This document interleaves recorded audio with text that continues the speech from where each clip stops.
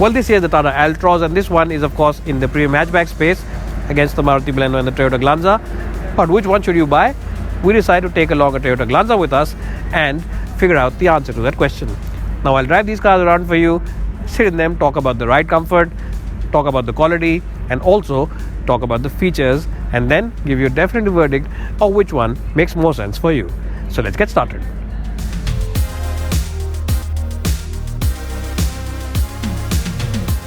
Well, the biggest difference between the Tata car and the Baleno / Glanza is that the cabin is all dark, it's all black. Seats are very good in terms of comfort. The support for the lower back is excellent. Support for your tall and lanky legs is also very good. And also get this nice touchscreen system, which is very nice in terms of the fonts. It's easy to use, the intuitiveness is very good, and it's just one of the better systems out there in the market. It's full of color, it's very well lit as well. Even on a bright day like today, you can really use it without any fuss.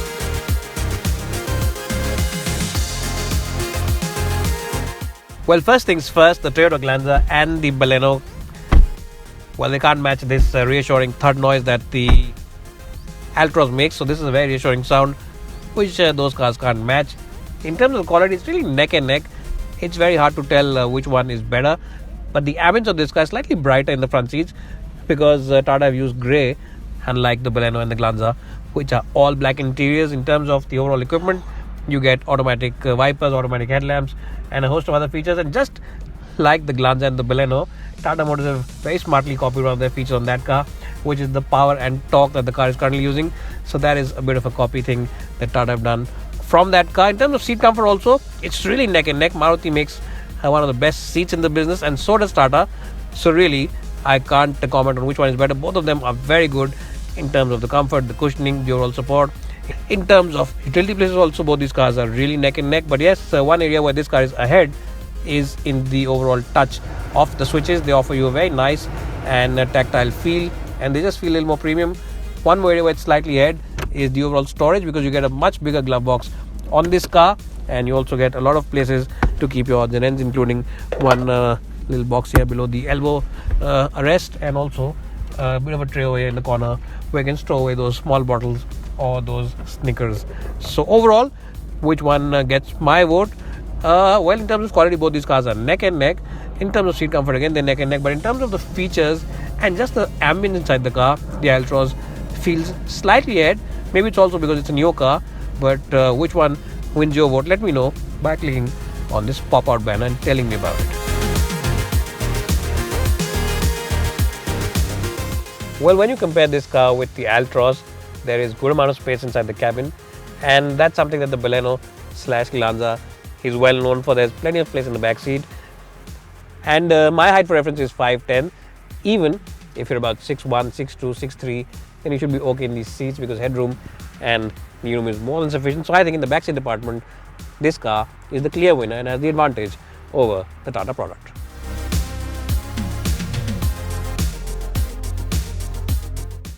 In terms of outright space, as you can see, the Baleno is /slightly ahead. The Baleno / Glanza is slightly ahead of this car in terms of outright space, but you don't really need more space than this inside any car, because the space here is quite generous. The overall seat comfort also is very good. You get excellent support for your under thighs, excellent support for your lower back. And what I'm essentially trying to say is that this car is not behind any car in this segment. You also get AC vents and 12-volt charging point. And if you are someone who prefers to be chauffeur driven, then this central armrest will also keep you comfortable on those long journeys inside the city or out of town.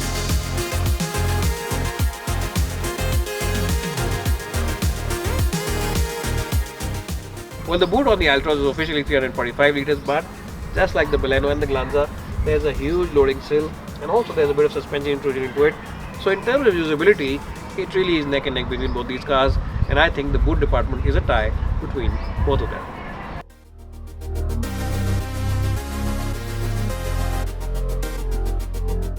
Now, in terms of driving dynamics, this car, the Baleno / Glanza, is much better to drive. There's no doubt about that, because this car is a keener driver's car, and it has better steering responses. It also has the better overall responsiveness from the engine. I'm talking about the petrol engine today because the diesel will be discontinued from April, so most of the buyers are looking at petrol cars now. So yes, talking about the performance, it is quite good. It is quite responsive, and it's also a very silent engine. When you rev it hard, the engine on the Altroz tends to become a little boomy, a little loud. But on this car, it doesn't become so loud that you start feeling irritated inside the car. So that is something which is good. But on this car, the engine never becomes loud. Even when you're starting it from cold, the engine on the Baleno is very quiet. And even when you rev it hard, when you want it to perform, even then the engine remains largely quiet. So yes, that's a big benefit that this car has over that one. Another benefit is the steering wheel. It's very accurate, much more accurate than that car, and definitely gives it a better confidence when you're driving it on those bends, because you know exactly where the tires are. The gearbox on this car is definitely ahead of that car as well, because it feels like a very slick unit, and you'll just be changing gears for the heck of it. The clutch also has a lighter and a much more leaner action compared to that car. So essentially what I'm trying to say is that in the driving dynamics, it's really hard to fault this car, and definitely it is ahead of the Tata product in terms of the overall driving dynamics, and I would definitely give it a slightly better score in the overall driving department.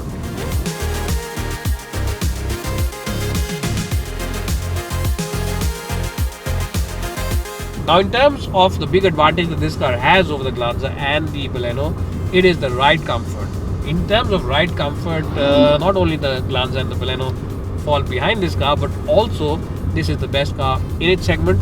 It really does eat up all other cars in this segment for sheer comfort, and you'll really appreciate the comfort, especially when you take this car out on a long highway trip, because this car simply soaks in all those bumps, those potholes, those badly pastured roads, and even in the city, no matter what speed you're doing, this one will just glide over those crevices, those badly pastured roads. So this, yes, is the best car in the segment for sheer ride comfort, and it doesn't feel like a premium hatchback. It feels like you're driving a much bigger, much expensive, and a much posher car when you're, of course, talking about the overall suspension setup.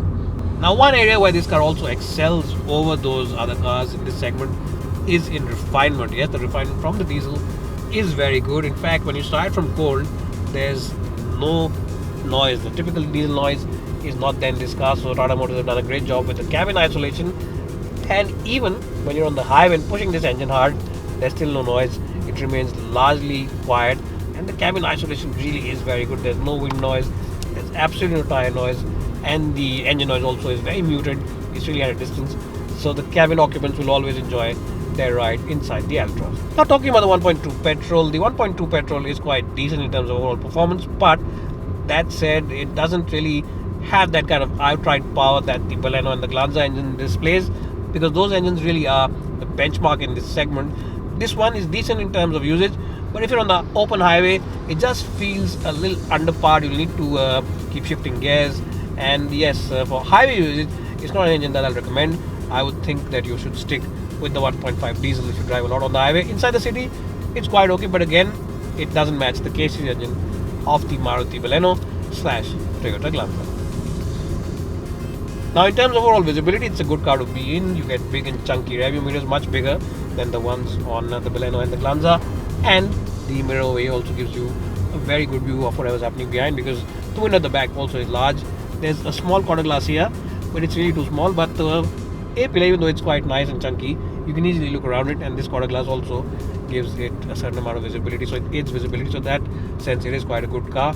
And overall, in terms of drivability, in terms of overall usage, I think Tata Motors have done a good job. The steering wheel also is nice and engaging to use, because it's not overtly light, neither is it too heavy. It's got the right amount of weight, and it feels very accurate for most of the parts. So yes, it is quite good to use. One thing where this car is ahead of those two cars is by pressing this button, economy drive mode activated. You can change the settings on this car, and the economy mode is a mode which, of course, helps you get better fuel efficiency, but it's a mode I will not recommend, because it really does make the engine feel very lazy, and you have to really rev it hard. So city drive mode activated. City drive city mode is the better activated. mode. There are only two modes. There is no middle mode, so either it's economy or it's city, but I would suggest that you stick with the city mode, because that's the better mode to be driving in terms of power, and it delivers decent economy as well. So overall, I have really enjoyed my day with the Altroz. I think in diesel power, this one can take on the Hyundai i20, and it's definitely ahead of the Maruti Baleno as well in terms of refinement, in terms of power delivery, as well as overall drivability. So in diesel power, it is definitely ahead of the Baleno in terms of overall power as well as refinement. But yes, in terms of petrol power, the Baleno and the Glanza are still the cars to beat, because that K series engine really is a gem of a unit.